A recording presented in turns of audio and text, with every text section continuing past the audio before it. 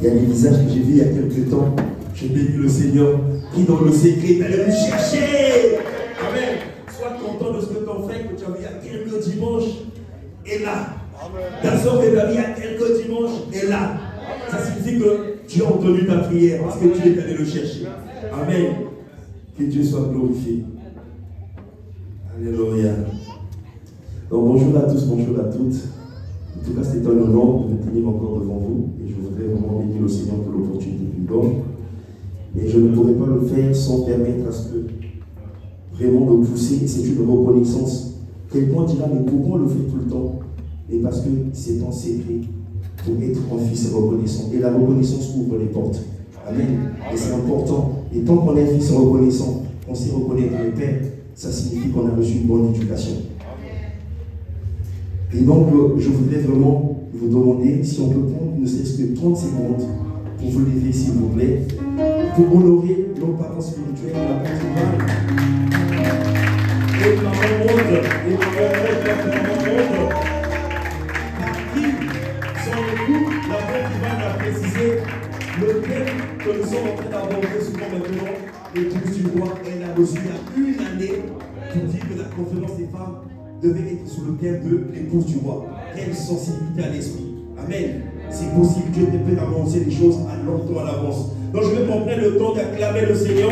Et surtout si tu peux, de dire à Dieu de continuer à le fortifier, mettre ces paroles-là modèles, que Dieu ne change en eux et au terme, que Dieu continue à les modifier jour après jour, de sorte qu'ils deviennent et qu'ils continuent à être ces paroles inspirantes. Amen.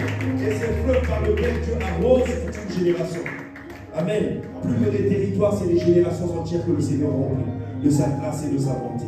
Nous pouvons prendre place. Merci. Merci. Bien-aimés, depuis le vendredi 18 octobre qui a marqué la fin des 40 jours des jeûnes, et même bien avant, pendant les 40 jours de jeûne, nous avons vu la pensée du Seigneur qui a été communiquée finalement de manière un peu plus amplifiée le dernier jour, le 18, par l'apôtre Mohamed et par l'apôtre Ivan, qui déjà ont parlé pendant les 40 jours, parce qu'on avait des temps de conduite de prière, ils revenaient souvent sur la dimension de l'épouse. Et le mot de Dieu, c'était que nous devenions cette épouse, l'épouse du roi. Amen. L'épouse du roi. Dis à ton voisin, l'épouse du roi. Amen. Mais si on parle d'épouse, on parle de quoi? On parle de quelque chose, on parle de mariage. Amen. On parle de convenance. Parce que la dimension de l'épouse, c'est la dimension où il y a une convenance, une alliance, il y a un engagement. Et nous savons que le mariage ne concerne que les personnes matures. Amen. Quand on parle mariage, on fait allusion aux personnes qui sont matures et qui s'engagent. Amen. Beaucoup de mariages n'ont pas été florissants parce qu'on n'a pas jugé notre niveau de maturité avant de s'engager. Amen. Mais quand on parle mariage, on ne parle pas aux enfants de 16 ans. On ne parle pas à un adolescent. On ne parle pas à quelqu'un qui a à peine 13 ans. Non, on parle à quelqu'un dont on a quand même la jugement, qui peut avoir le qualificatif de quelqu'un de mature et qui peut avoir de la clairvoyance dans ses choix. Amen. Si aujourd'hui 2 enfants de 17 ans, malgré leur amour fou, se présentent à la mairie dira revenez l'année prochaine. Minimum. Amen. Même s'ils disent qu'ils ont un travail, parce qu'il y a des gens qui commencent à travailler tôt. Aujourd'hui, il y a des alternances, on ne va pas avoir les revenus. Mais si tu as un peu d'argent et que tu penses que c'est ce qui te qualifie pour te marier, c'est tout faux. Il y a d'autres règles, d'autres critères qui doivent t'emmener à être qualifié pour cette institution. Amen. Donc quand on parle mariage, mais le mariage est réservé aux personnes matures. Mais si on parle de maturité, mais la maturité, quand on parle de maturité, on voit le sens de responsabilité. C'est le premier trait que l'on voit chez les personnes matures, le sens de responsabilité. Amen. Les personnes qui sont capables de s'engager, de prendre une décision avec clairvoyance, sans qu'il y ait quelque chose qu'ils n'avaient pas bien pensé. Non, c'est défini, c'est jugé, c'est pesé, et là ils peuvent s'engager. Amen. Donc il y a cette notion de maturité. Et nous aujourd'hui, quand on doit rentrer dans la dimension de l'épouse, nous allons commencer à poser les bases qui vont nous emmener dans la dimension d'épouse. Amen. Et pour cela, nous allons parler de 2 critères essentiels On peut nous disqualifier, l'autre peut nous qualifier pour être épouse du roi. Amen. Et aujourd'hui, pour des raisons de temps, on ne parlera que du premier critère. Donc dis à ton voisin, ne manque pas dimanche prochain, parce qu'il y a le deuxième critère. Amen. Ne manque pas le dimanche prochain, parce qu'il y a le deuxième critère. Amen. Et aujourd'hui, nous allons parler du premier critère, qui est l'immaturité. Que quelqu'un dise l'immaturité. Donc si on parle de l'immaturité, c'est la loi de la dualité. Soit on est mature, soit on est immature. Et nous allons commencer par l'immaturité. Alors, nous allons lire notre premier chapitre, notre première référence biblique. Donc, Galates chapitre 4, versets 1 à 2. Notre première référence, Galates chapitre 4, versets 1 à 2. Si on peut l'afficher.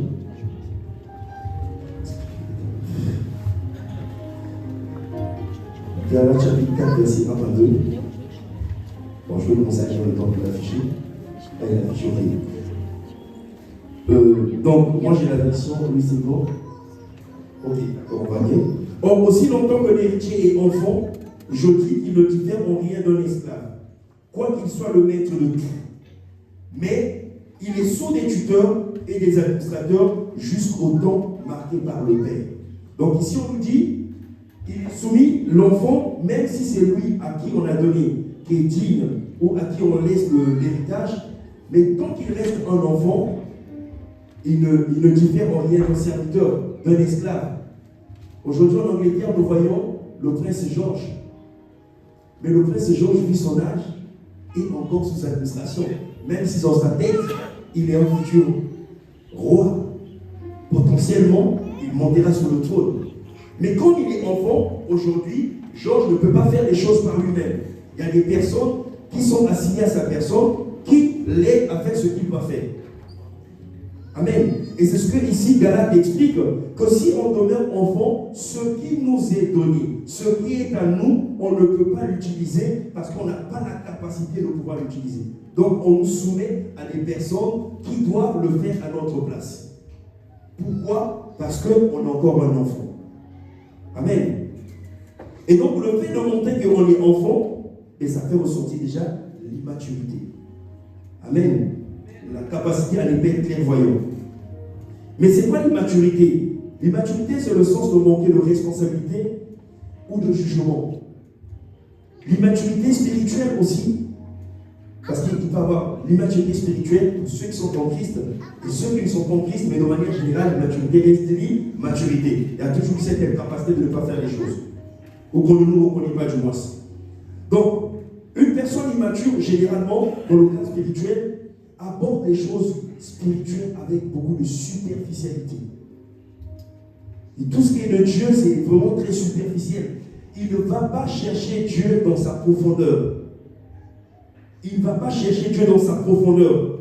Et du coup, ça le rend, comme il n'est pas enraciné avec Dieu, puisqu'il n'est pas dans la profondeur de Dieu, il n'est pas dans les racines de Dieu, ça le rend instable.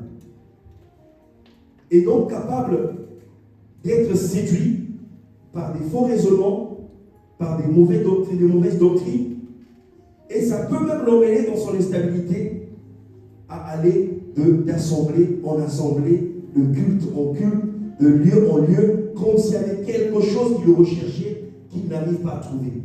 Amen. Et ce, malgré le nombre d'années que l'on peut avoir dans le Seigneur. Donc la maturité n'est pas liée au fait d'être, ça fait longtemps que je suis dans le Seigneur, mais c'est une caractéristique de comment on est solide ou comment on a pu s'enraciner avec Dieu ou pas. Amen.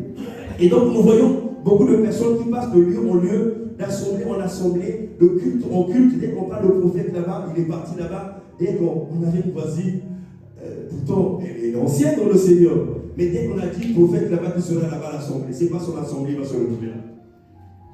Juste parce qu'il a entendu le nom prophète. Qu'est-ce que tu cherches? Amen. Qu'est-ce que tu cherches? Mais ce qui t'emmène en fait, en réalité, sans que tu le comprennes, à te déplacer, c'est parce que tu manques de racines. Que tu vas de lieu en lieu. Et très souvent, ce que tu recherches est à côté de toi. Mais comme tu n'es pas profond, tu ne le ressens pas qu'il est à côté de toi. Ou tu ne le découvres pas. Amen. Que quelqu'un dise aïe aïe aïe. Parce que c'est un danger que tu cours. C'est un danger que tu cours. Ou devant on peut être dans une assemblée, on est là sans être là. L'immobilisme. On est là, mais on ne bouge pas. On ne se sent pas concerné. Donc on ne prend pas racine, on reste superficiel. Tu vas juste malgré, à cause de ta réjouissance ou de comment tu trouves les choses, mais tu ne vas pas en profondeur des choses.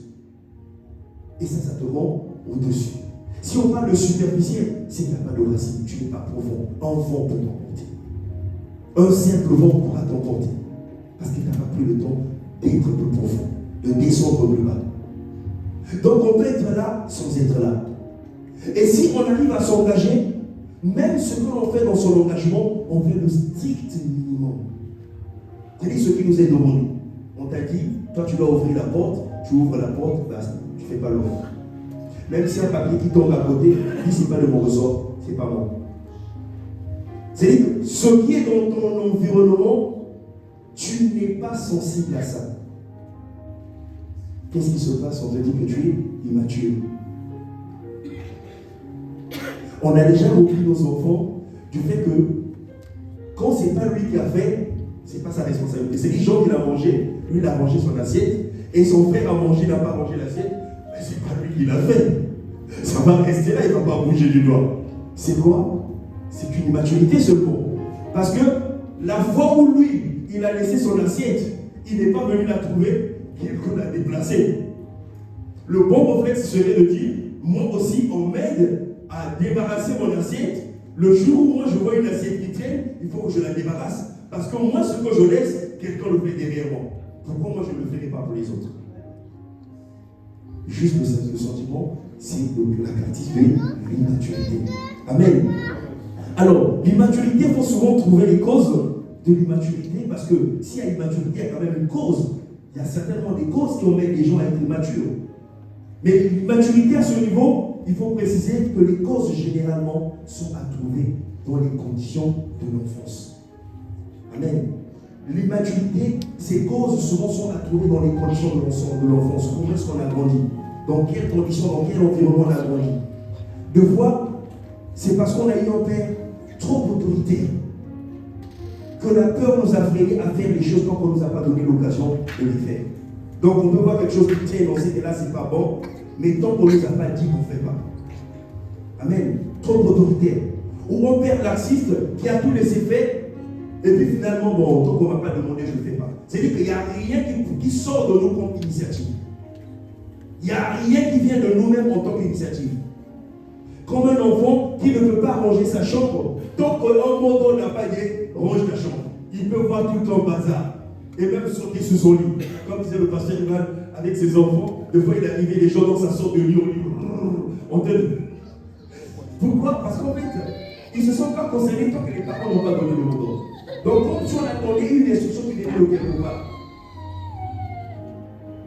Amen. Sans immaturité. Et ça concerne le cas d'un parent des parents trop exclusifs. C'est-à-dire que tellement que ceux-là qui font tout pour nous, nous on n'a pas d'espace pour s'exprimer. Et on grandit comme ça. Donc on ne fait rien. On ne fait rien du tout. Ça peut aussi venir provenir des expériences ou des chocs émotionnels, des situations de la vie auxquelles on a été exposé. Amen. Les enfants qui ont été exposés à un divorce qui s'est mal passé, ça peut créer des traumatismes. Des gens qui ont été victimes d'inceste, qui ont connu de la pédophilie, qui ont connu des trahisons, qui ont connu de la manipulation. Généralement, il y a de la méfiance en fait. Donc, on fait attention à tout, même quand il ne faut pas faire attention. Et ça peut retenir notre dévoilement. Amen. Et nous garder en état d'enfant. Et on ne prend pas d'initiative. Amen. On ne prend pas d'initiative du tout. Et ça, c'est un état pour décrire un peu les causes de l'immaturité. Il y a un témoignage que j'ai envie de vous apporter, c'est qu'on a un de vous dans la famille qui a failli passer à côté, si on n'avait pas rattrapé le coup, à passer à côté pratiquement de son héritage. Il a été élevé par notre grand-père, mais le grand-père était tellement exclusif dans sa vie, il est plus âgé que moi. Mais au moment de l'héritage, il n'avait rien.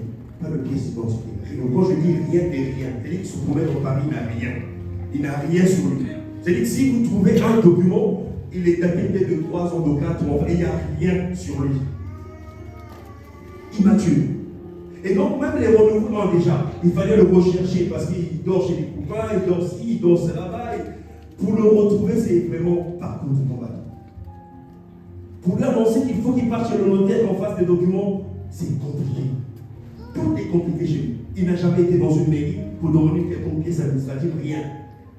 Donc, les renouvellements avec le banquier, rien ne peut se faire parce qu'aucune pièce d'identité n'est à jour.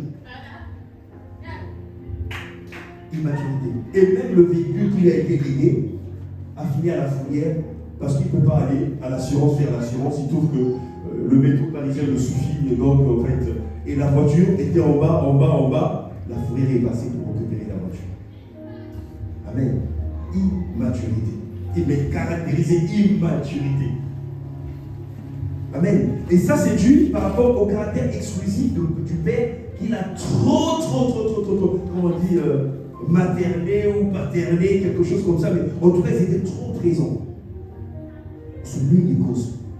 Et lui, à l'âge grand, il s'est comporté comme quelqu'un à qui il faut tout dire de tout ce qu'il doit faire. Amen. Caractère immature. Et dans ce genre de cas, Paul dans la Bible va même jusqu'à considérer que ces personnes qui sont considérées comme immatures, ne connaissent pas et ne sont pas compétents en ce qui concerne la parole de la justice. Amen. Pourquoi? Pour la seule raison, parce qu'il leur attribue un trait de caractère de nourrisson. Un bébé, un nourrisson, ne prend pas d'initiative, en fait tout. Il ne fait rien. Donc ça, c'est un trait de caractère qui montre l'immaturité. On n'est pas capable de quoi que ce soit. Je voudrais qu'on puisse lire rapidement Hébreux 5, chapitre 5, versets 11 à 13. Et Hébreux chapitre 5, on va le lire en deux versions, la version Louis Sigon et la version Martin. Hébreux chapitre 5, versets 11 à 13. Je vais commencer par le Louis Sigon, le temps qu'on affiche. Nous avons beaucoup à dire là-dessus, et des choses difficiles à expliquer, parce que vous êtes devenus longs à connaître. La lenteur. Vous êtes devenus longs à connaître ou à comprendre.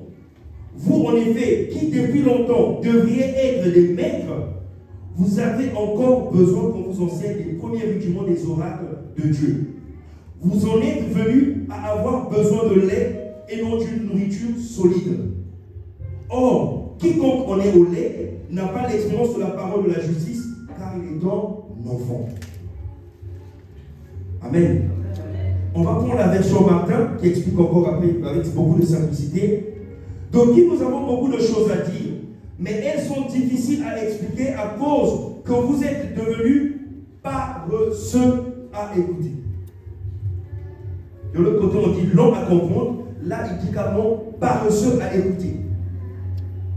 Car au lieu que vous devriez être des maîtres, vu le temps que vous avez passé dans le Seigneur, je suppose, vous avez encore besoin qu'on vous enseigne quels sont les rudiments du commencement des paroles de Dieu.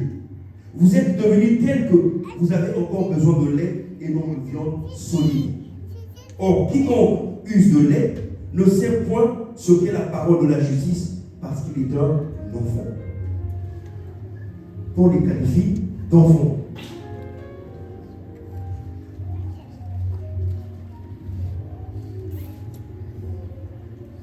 Et je voudrais que tu dises à ton voisin, es-tu un enfant ou tu es en chemin pour devenir adulte? Il va rien te faire. Dis-lui à l'oreille. Dis-lui à l'oreille. Est-ce que tu es encore un enfant ou tu es en chemin pour devenir adulte? Est-ce que tu es en chemin ou tu as décidé de devenir adulte ou tu veux devenir enfant? Amen. Ce qui m'emmène à ce que nous puissions parler des symptômes. Parce que si on parle d'immaturité, quelqu'un va voir, mais c'est quoi être immature? On a défini, c'est vrai. Mais c'est quoi? Qu'est-ce qu'on va prendre? On reconnaît quelqu'un d'immature. C'est quoi cette immaturité? Comment est-ce que ça se manifeste? C'est quoi? Donc nous allons voir quelques symptômes d'une personnalité immature, soit émotionnellement, soit spirituellement. Amen. Je vais associer les deux. Parce que ça peut être émotionnellement ou spirituellement. Parce que tout n'est pas de connaître juste le verset de la Bible, mais c'est une disposition de son cœur qui va nous emmener aussi à devenir mature. Amen. Alors, généralement, l'immaturité peut être constatée par un manque de confiance. Quand on manque de confiance, on a tendance à chercher beaucoup d'approbation et ça peut manifester de l'immaturité. Amen.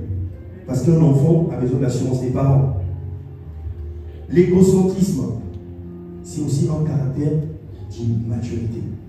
Parce qu'on ne pense qu'à soi, alors qu'on ne sait pas que quand on sera en manque, quand nous, on n'aura pas la capacité. Quand on ne pense qu'à nous, les autres aussi ne penseront pas à nous. Amen. C'est un caractère immature. La manipulation, c'est le fait de comprendre aussi, de penser qu'il faut un plan pour arriver à ses fins, alors que devant le chemin est tout tracé pour qu'on y arrive. Et ça va nous conduire, comme on est mature, on n'a pas réfléchi, à des compromissions, à des situations dans lesquelles on va se retrouver et qui vont nous compliquer la vie.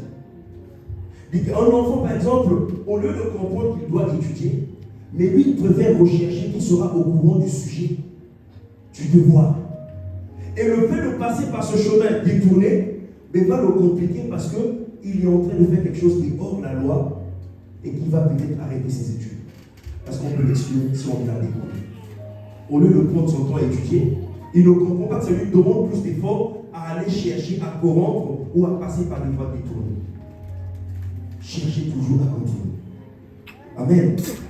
Un manque d'autonomie, ça c'est une caractéristique déjà. Un manque d'autonomie, de la dépendance émotionnelle. La difficulté à faire durer des relations, c'est aussi de l'immaturité. Amen. Parce que de voir, pour certaines personnes, même les personnes qui te sont chères, tu leur parles comme tu veux. Même la personne que tu aimes, tu lui parles comme tu veux. C'est de l'immaturité. Parce que tes relations vont s'abréger très rapidement. Amen. Et dans ces seuls cas, généralement, on ne se remet pas en cause, on voit toujours la faute du côté des autres. C'est de l'immaturité. Une relation, deux relations, trois relations, on ne se pose pas la question, c'est qu'on est immature. Amen. Donc c'est quelque chose qui doit nous faire poser des questions. Est-ce que mes relations durent ou bien c'est des relations qui s'écoutent? Alors, quel est le problème? Où est le problème? J'ai découvert quelque chose dans les recherches, c'est le syndrome de Peter Pan. Oh là là, le syndrome de Peter Pan. Alors c'est le syndrome, ce terme est utilisé pour désigner l'angoisse liée à l'idée de devenir adulte. Amen. Comme un peu Oscar Wilde, qui dans Le Prince et l'oiseau, qui ne veut pas, qui veut rester jeune en fait éternellement. Il ne veut pas passer l'âge. Il ne veut pas grandir. C'est peut-être trop de responsabilité. Il ne veut pas. Il veut rester à l'état où il est. Et il y a des personnes, dès que tu lui parles de responsabilité, tu la perds. Dis-lui seulement ce que tu peux, tu la perds. Il peut être bien disposé, mais dès que tu lui parles de responsabilité, il disparaît. Pourquoi? Ça peut être ce syndrome. Parce que qui dit responsabilité dit beaucoup de charges, dit beaucoup de choses. Or, tu ne sais pas que tu fais ta vie et tu la limites à rester là où elle est. Amen. Tu la limites toi-même. Donc tu es la cause de ta propre chute et limitation.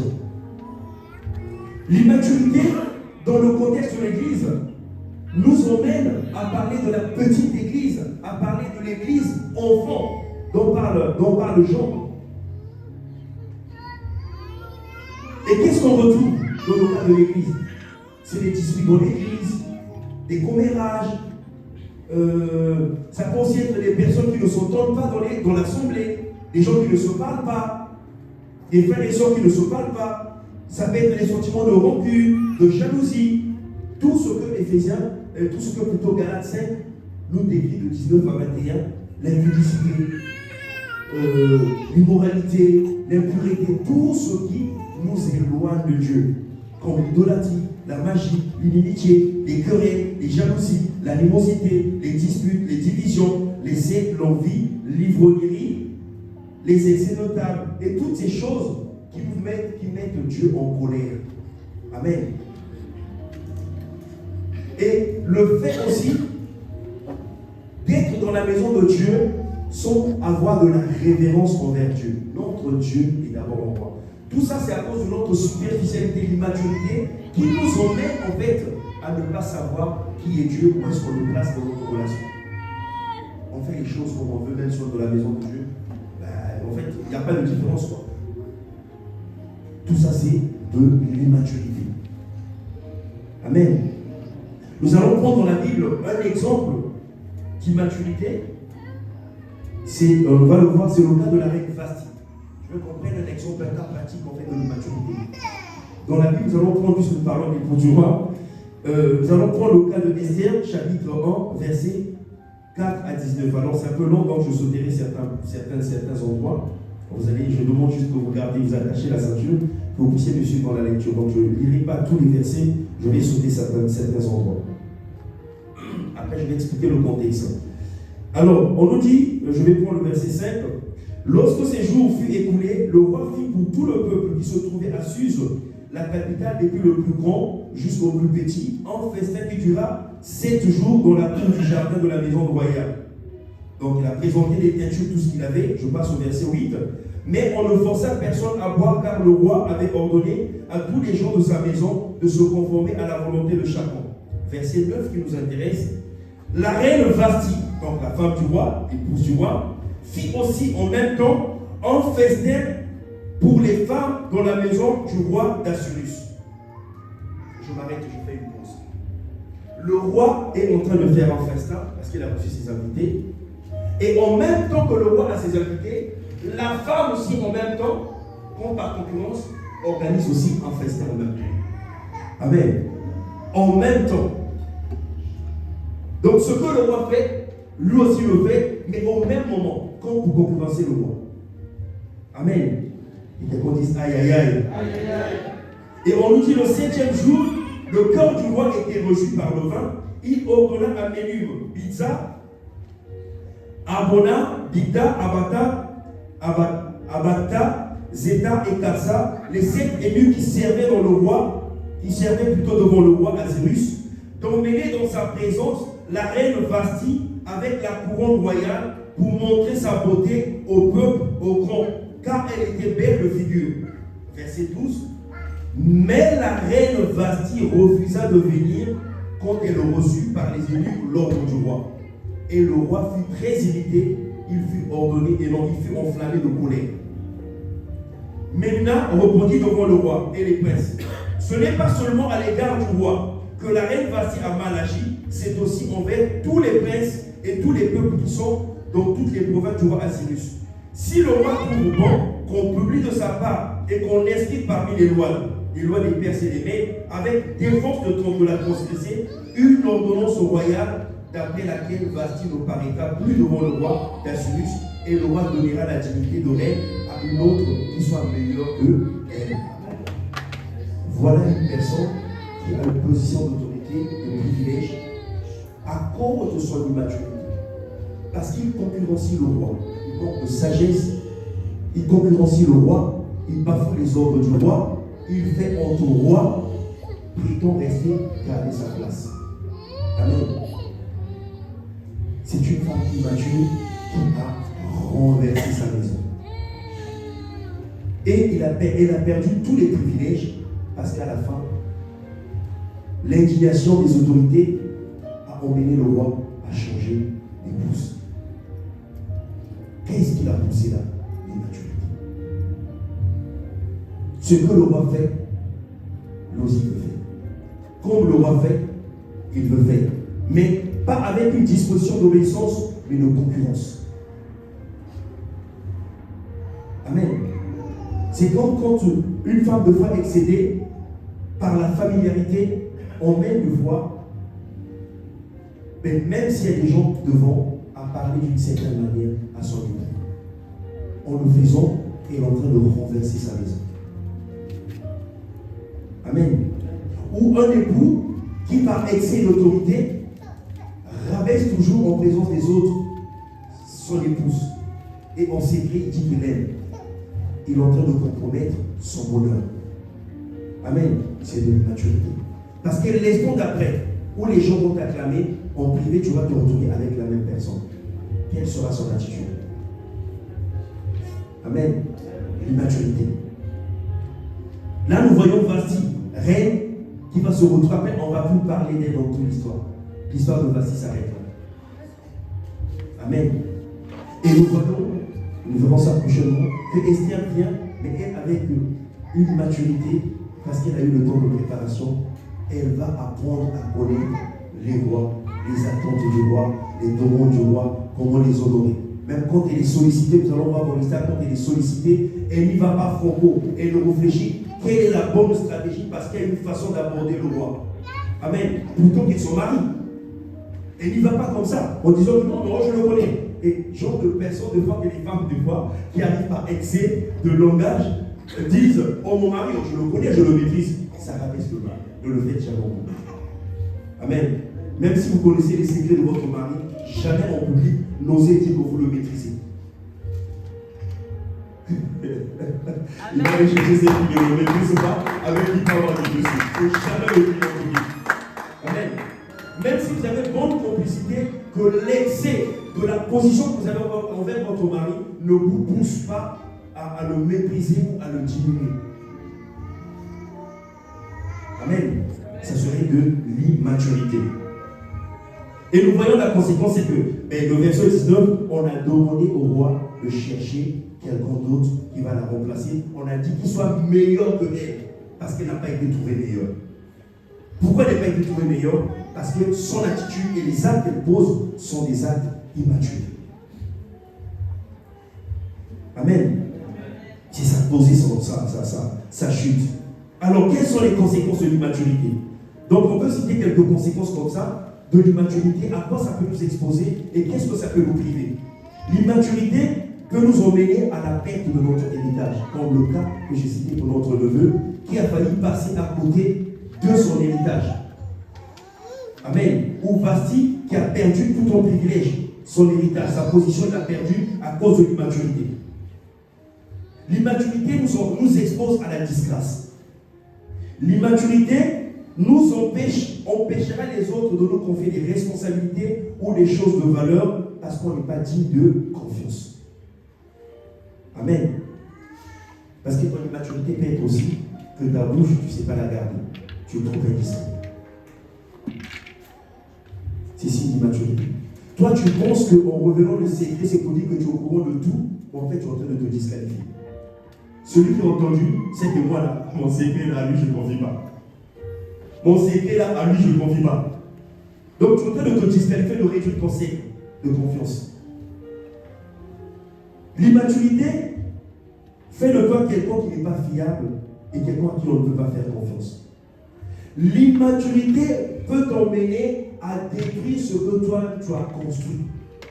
Comme un homme qui a construit une famille, la famille est cohérente, tout va bien, il y a l'harmonie, et qui, à cause du sens du manque de responsabilité, va aller sortir avec la voisine. Bon, il y a 1000% de chances que chacun découvre, même le voisin d'après là, va découvrir forcément. Mais toi, la meilleure femme, c'est la voisine d'à côté du même palier que tu es allé chercher pour sortir avec. Donc, toi-même, ta famille que tu as bâtie de tes mains, peut-être quand tu dis que tu aimes, tu es en train de la saccager, de la détruire. Après, tu vas parler du diable. Non, là, c'est ton immaturité. Amen. C'est ton immaturité. Ton immaturité peut t'emmener à connaître la disgrâce. Comme un employé qui va chercher à sortir avec sa directrice. Et si ça se passe mal, demain c'est la faute. Même si ce n'est pas lié au travail. Amen. Immaturité. Amen. Quelqu'un m'a raconté une fois une histoire parce qu'elle perdait rapidement, elle perdait très souvent de l'emploi et commençait à avoir les cabales. Non, mais je ne comprends pas, c'est un problème spirituel. Chaque fois je perds du travail, je ne comprends pas, les gens ne m'aiment pas quand j'atterris dans un environnement. Et puis comme ça, je commençais à l'écouter. Et je commençais à lui poser des questions. Et comment ça se passe? Dans quelle entreprise, comment ça s'est passé? Dans quelle entreprise? Et qu'est-ce qui a occasionné la chute? Qu'est-ce qui a fait qu'on puisse te licencier? Et là où tu te trouves, comment ça se passe? Non, ça se passe bien, mais je vois qu'il y a des gens qui parlent mal de moi et tout ça. Et puis, il y a quelque chose qui m'embête là. Je dis, quelle est ton attitude de travail? Quelle est ta posture? Qu'est-ce que tu fais que les gens à un moment donné? Et j'ai découvert, en fait, c'est c'est quoi, dès qu'elle arrive dans un endroit, elle veut tout connaître. Donc, à poser des questions qui sont mal appropriées, mal adéquates, les gens trouvent qu'elle fouille dans les affaires qui ne la concernent pas. Et donc, celle-là, en période d'approbation, ne va pas rester. Par manque de sagesse. Par manque de sagesse. Ou à trop donner des avis, là, il ne faut pas de fois, il faut écouter. Mais toi, tu vas montrer que là, moi, je sais, ou jusqu'à corriger ton chef, parce qu'au lieu de là, il a dit le, ou comment.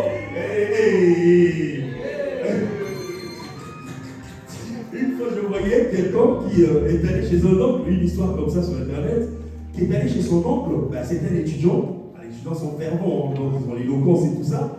Bon, l'oncle parlait, et puis lui présente le tilapia et tout ça, tout ce qu'il avait préparé. Et puis l'oncle dit, moi j'aime la tilapia. Et puis le gars comme quelque chose d'autre sous la gueule de lui, mais ça c'est quoi ça, excusez-moi l'expression, mais c'est quoi ça? En fait, il est en train de massacrer le français. Et donc il se permet de corriger l'oncle. L'oncle retire l'assiette, son assiette, il lui dit, donc tu n'as pas d'argent et tu te permets de corriger les gens. Tu n'as pas d'argent, mais tu te permets de corriger les gens. Non, d'accord? Comme toi tu connais le français, tu vas manger ton français. Mais le gars avait peur. Vous savez quoi? Il a changé d'avis. Il dit, oh non, moi aussi j'aime la tilapia. Moi aussi j'aime la tilapia. Pourquoi? Parce qu'il s'est rendu compte que là j'ai gaffé. Amen. Là j'ai gaffé. Donc ça fait de l'immaturité en fait. Il y a deux fois, par sagesse, tu écoutes, tu analyses, mais tu ne fais rien à l'immédiat. Il faut trouver d'autres moyens. Tu peux reformuler ta phrase où la phrase est bien faite. Lui, dans son inconscience, va s'auto-corriger. Mais tu n'as pas besoin de montrer que lui est dans l'erreur, alors que tu n'as pas le pouvoir. Miséricorde. Amen. Miséricorde. C'est comme si tu partais comme j'ai aussi. Tu connais un verset de plus, et puis tu te permets rapidement, à cause du verset que tu connais, tu corriges ton pasteur comme ça devant les gens. Ça peut être une maturité. Il y a une façon de faire les choses. Amen. Ça peut être tes parents qui payent tes études. Toi, parce que tu es plus diplômé, le papa là, qui n'a pas de diplôme, s'est sacrifié pour que toi tu sois diplômé. C'est pour ça qu'il n'est pas allé loin. Il a envie de travailler pour que toi tu aies les moyens d'étudier. Et toi, tu viens montrer ton français chez lui. Immaturité. Amen. C'est de l'immaturité. Alors, comment sortir de l'immaturité? Amen. Comment on fait pour sortir de l'immaturité? Comment est-ce qu'on fait pour sortir de l'immaturité? Comment est-ce qu'on fait pour sortir de l'immaturité? Alors, la première des choses qu'il faut faire pour sortir de l'immaturité, il faut reconnaître qu'on est immature. La première des choses qu'il faut faire, il faut reconnaître. Que quelqu'un dise reconnaître. Il faut reconnaître. Pourquoi reconnaître? Parce qu'il va s'en suivre une décision. On ne prend pas de décision si on ne reconnaît pas qu'on a tort, on est dans le faux. Donc il faut d'abord reconnaître qu'on est immature, reconnaître son état. C'est comme une façon de faire son état de lieu en fait. De là où tu te trouves, dans quel état tu es. Et c'est ça qui va t'emmener à aller vers le changement. Reconnaître, c'est la première des choses. Le Proverbe 28, verset 13. Est-ce qu'on peut lire Proverbe 28, verset 13. Proverbe chapitre 28, verset 13. Si on trouve, on peut l'afficher. Il n'est pas prévu.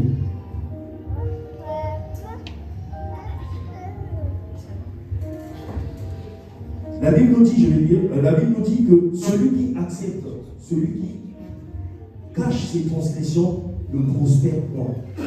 C'est-à-dire que si tu fais des tâches écrites, il y a de fortes chances que tu ne changes pas et que tu n'avances pas. Amen. Celui qui cache ses transgressions ne prospère pas. Mais celui qui va les avouer et va les délaisser, c'est-à-dire les abandonner, c'est celui-là à qui on pardonnera. Parce que vous, si vous savez que celui à qui vous devez pardonner, la minute d'après il va répondre, ça ne vous donnera pas la volonté de pouvoir pardonner. D'autant plus qu'il va refaire la même chose. La minute qui suit, ça ne vous donnera pas envie de pardonner ou d'agir. Mais ici, la Bible nous dit, il faut que chacun se résoudre dedans de lui. de pouvoir aller vers le changement. Il faut désirer ce changement-là. Donc, il ne faut pas cacher son état. De toute façon, il n'y a rien de caché qui ne soit révélé. Tôt ou tard, ça va se savoir. Ça va se savoir. Quand ils disent les Ivoiriens, ça va se sentir. Tôt ou tard, ça se sentira. Amen. Parce que ça vous est déjà arrivé de voir que les enfants avaient pris des gâteaux parce qu'on a interdit, alors ils devaient manger, ils ont mangé en cachet, mais ils ont mis quelque chose. Comme ils ne peuvent pas descendre vers la poubelle, ils ont caché tous les emballages quelque part. Des fois, tu es en train de faire le lit, et puis tu découvres des bonbons, tu dis oh, il se passe des choses ici dans notre temps. Amen. Parce qu'ils ont caché. Mais tôt ou tard, quelqu'un va les fouiller. Un conservant en sous-là. Donc le mieux, c'est de faire les choses au clair. C'est ce que la Bible demande. Donc il faut reconnaître son état. Quel est mon état? Où est-ce que j'en suis? Parce qu'au-delà de reconnaître, c'est pour ton bien en réalité. Quand Dieu nous demande de nous débarrasser de quelque chose, c'est pour notre bien. C'est pour notre bien. Et deuxième chose, ce qui nous emmène en fait, si on reconnaît, et il faut qu'on puisse demander pardon à Dieu de l'état dans lequel on se trouve. Ne pas, avec Dieu, il ne faut pas se justifier. Que j'avais fait parce que non. Faisons pas comme Adam. Appelons chat, faisons comme Dieu appelle les choses. Allons franco et demandons à Dieu de nous pardonner de notre maladresse, de tout ce qu'on a pu faire. N'allons pas donner des explications à Dieu. Ce n'est pas ce qu'il attend, parce qu'il le sait déjà. C'est ce qui s'est passé avec Adam. Non, la femme, il rejette la faute sur l'autre. Là encore, tu vas le commettre comme deuxième péché. Tu accuses l'autre. Amen. Si tu as un problème de colère, sache que la colère va se déclencher, va toujours chercher quelqu'un pour se déclencher. À toi de savoir que j'ai une colère à gérer et ne pas tomber dans le piège. Quand l'autre est en train de te titiller, l'autre est juste un moyen pour que la colère qui est en toi se déclenche. Donc à toi de savoir la gérer. Donc il faut reconnaître que moi j'ai de la colère, que moi j'ai un problème de colère, que moi j'ai tel problème, que moi je suis addict à ça, que moi je n'arrive pas à faire telle chose, je n'arrive pas à me maîtriser, je n'arrive pas à avoir, pour d'autres personnes, c'est être en contact avec l'argent, c'est très compliqué. Mais si tu sais que tu es mature, tu commences à être mature, tu sais que là, c'est un problème, refuse l'opportunité d'être exposé à cela. Amen. Parce que la nuit d'après là, tes mains là qui touchent partout là, on va les toucher, et puis ça va gâter l'affaire. Amen. Ça va gâter l'affaire. Donc c'est aussi mature de reconnaître sa faiblesse. De reconnaître que là, je suis fait dans tel domaine, je ne suis pas arrivé. Ça, c'est être mature. Donc, on a dit qu'il faut reconnaître et en plus demander pardon à Dieu de son état et demander la grâce. Amen. Deuxième chose qu'il faut faire, il ne faut pas endurcir son cœur. Amen. Parce que pour d'autres, juste pendant la prédication à cause des émotions, il faut faire en sorte, les gens prient, ça prie, pour moi aussi que je demande pardon du premier péché qui me revient en tête. Mais il n'y a pas de résolution. Mon cœur reste dur. Ou dans ma tête, pendant que l'esprit me parle, comme maintenant, que l'esprit te parle en train de pointer une habitude, de pointer quelque chose, toi tu es dans les excuses parce que tu vois ceux qui sont à l'origine de tout ce qui t'arrive. Amen. Tu n'es pas en train de résoudre de changer. Tu es juste en train de te justifier. Tu es seul là, toi et Dieu. Tu es juste en train de te justifier. Tu ne résous pas. Or, qu'est-ce que dit la Bible? Dans le livre d'Hébreux, toujours chapitre 3, verset 15, on nous dit, pendant qu'il est dit, aujourd'hui, si vous entendez la voix de Dieu, n'endurcissez pas vos cœurs comme le jour de la révolte. Les enfants d'Israël ont péché, au lieu de se repentir, ils ont endurci leur cœur. Et le jour de la révolte, Dieu a fait quoi? A fait tout en massacre. Amen. Donc Dieu t'emmène de ne pas endurcir ton cœur. Si Dieu t'a parlé, prends la résolution de changer. Ce qui m'emmène à dire que tu dois résoudre dans ton cœur de changer d'état ou de situation. C'est ton problème de décision et de résolution. Changer est ton problème de décision. Demande de la résolution, demande une décision à prendre. Tout ne se fera pas dans ta vie facilement. Amen. Quelqu'un qui veut devenir intelligent, ce n'est pas du jour au lendemain que l'intelligence va descendre. Il doit résoudre maintenant d'étudier, de lire, d'augmenter, de se bonifier. Amen. Il doit décider de se bonifier pour que l'intelligence s'exprime et devienne manifeste. Donc c'est une résolution que tu dois faire, que tu dois prendre. Et le point suivant, il faut demander au Saint-Esprit, l'aide au Saint-Esprit. Parce que sans lui, on ne veut rien. Il y a des choses pour lesquelles la décision ou la résolution prise est facile à manifester. Mais dans d'autres, des fois, ça nous demande beaucoup d'efforts. Et dans les cas dans lesquels on se trouve, si on est déjà vraiment dedans, dans la chose qui nous rend immature, des fois, facilement, on n'arrive pas à se tirer d'affaire. On a beaucoup de luttes. Pour cela, il faut demander l'aide du Saint-Esprit. Il est là pour ça. C'est notre appui, c'est notre aide. La Bible nous dit que Jésus, dans le Gethsémane, pendant qu'il luttait, parce qu'il devait passer par la croix, on dit un ange est venu le fortifier. Un ange est venu le fortifier. Amen. Moïse aussi, pendant qu'il est en intercession, alors qu'à Gabaon il y avait un combat, habituellement quand il priait, les choses se faisaient. Mais là, cette fois-là, il a eu besoin d'aide, que Aaron et Hur viennent soutenir ses mains. Par moment, on a besoin de soutien. Amen. Par moment, on a besoin de soutien. Il ne faut pas s'empêcher de demander de l'aide. C'est de l'humilité. C'est de l'humilité. Ça veut dire que moi, sur une telle situation, je n'arrive pas à en sortir, j'ai besoin d'aide. Tu peux aussi en parler à ton responsable ou quelqu'un de confiance qui peut te venir en aide. Imaginez la personne qui était malade, s'il n'avait pas demandé l'aide de ses amis, est-ce que ses amis l'auraient pris pour le faire passer par le toit de la firme pour que Jésus puisse le guérir? Non, c'est parce qu'il a dû avouer que moi là, vraiment, mon état, je ne sais pas qu'est-ce que je peux faire. Et les autres l'ont aidé pour l'emmener vers Jésus. Ils l'ont transporté. Donc il y a des combats pour lesquels, pour toi, ça peut ne pas être simple, mais la résolution viendra de toi de demander de l'aide pour en sortir. C'est d'abord une disposition de cœur de vouloir le changement. Est-ce que tu décides de changer? Est-ce que tu décides de changer le cap? Parce que ça ne changera rien si tu ne décides pas de changer. Ton cap va que s'empirer.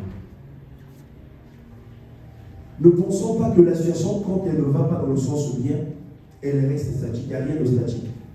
Amen. Voilà pourquoi on parle de mal en pire. C'est-à-dire que ce qui était mal, à un moment donné, va en pire. Pourquoi? Soit ça s'améliore, soit ça va mal, mais encore pire qu'avant. Donc, c'est à toi de décider le changement. Et j'ai envie de dire, le changement, c'est maintenant. C'est pas demain. Le changement, c'est maintenant. Comme a dit quelqu'un, le changement, c'est maintenant. Si quelqu'un peut le regretter, le changement, c'est maintenant. C'est maintenant qu'il faut changer, pas demain. Demain, c'est déjà trop tard. Parce qu'à chaque jour, celui s'appelle. Il y a la grâce aujourd'hui pour t'emmener au changement. Demain, cette grâce ne sera pas disponible. Parce qu'il y a aussi les challenges de demain. Dieu qui fait les choses par étapes. Si aujourd'hui il veut te délivrer de quelque chose, c'est la grâce qui est disponible aujourd'hui. Demain, il va aussi te délivrer de quelque chose d'autre qui va te revenir. Sinon, après, tu auras un cumul de choses qu'il faut changer et tu n'y arrives pas. Tu dis, ah, moi je n'arrive pas et que tu testes. Dieu est en Dieu le processus et d'étape. Est-ce que tu acceptes aujourd'hui? Alors que tu entends la voix de Dieu, est-ce que tu acceptes de changer? Est-ce que tu acceptes de changer? Tu vas laisser ta tête de côté.